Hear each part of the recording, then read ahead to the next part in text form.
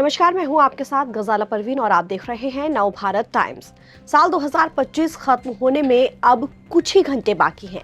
चारों तरफ new year party की धूम है, लेकिन जश्न में डूबने से पहले कुछ बेहद जरूरी काम है जिनकी डेडलाइन आज यानी कि 31 दिसंबर को खत्म हो रही है।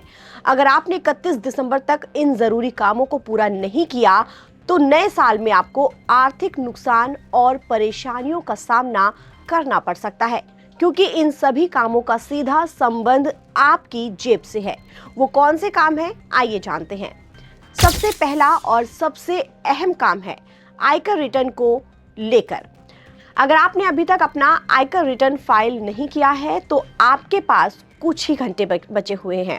31 दिसंबर की तारीख एक डेडलाइन नहीं बल्कि आईटीआर भरने या उसमें सुधार करने के लिए आखिरी चेतावनी भी है। अगर आपके रिटर्न अब तक नहीं भरे गए हैं या उसमें कोई गलती रह गई है तो आपके पास उसे ठीक करने का आज आखिरी मौका है। इसे टालने का मतलब समझते हैं, आपको मोटा जुर्माना देना होगा। इसके अलावा आपने बिजनेस या शेयर बाजार के नुकसान को अगले साल के फायदे में एडजस्ट करने का मौका भी आप खो देंगे। अगर आज चूक गए तो लेट फीस और टैक्स पर लगने वाला ब्याज देना होगा।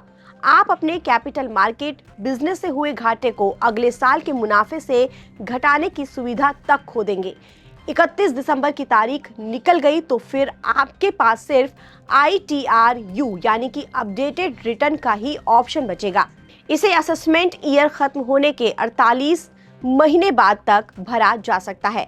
इसमें आप पुराने घाटे का क्लेम नहीं कर सकते हैं। इस पर पेनल्टी टैक्स भी आपको देना पड़ेगा।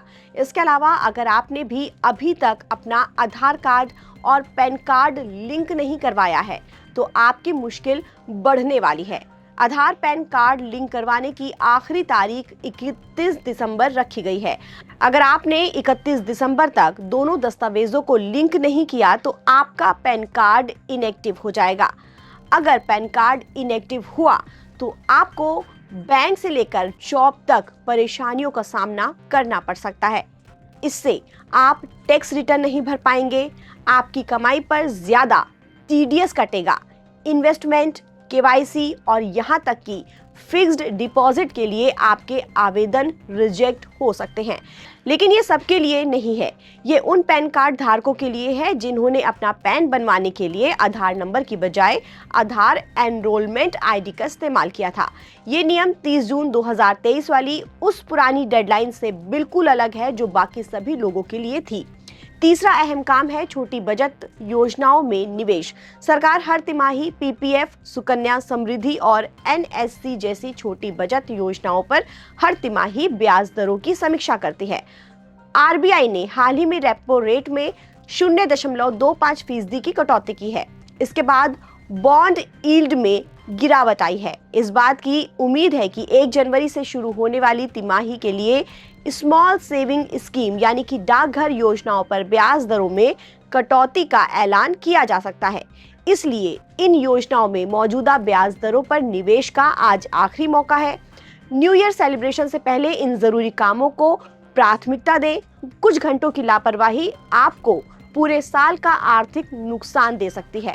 बेहतर होगा कि आज ही इन सभी डेडलाइनों को पूरा करके नए साल में निश्चिंत और सुरक्षित शुरुआत करें। ताज़ा अपडेट के लिए आप बने रहिए नव भारत टाइम्स के साथ।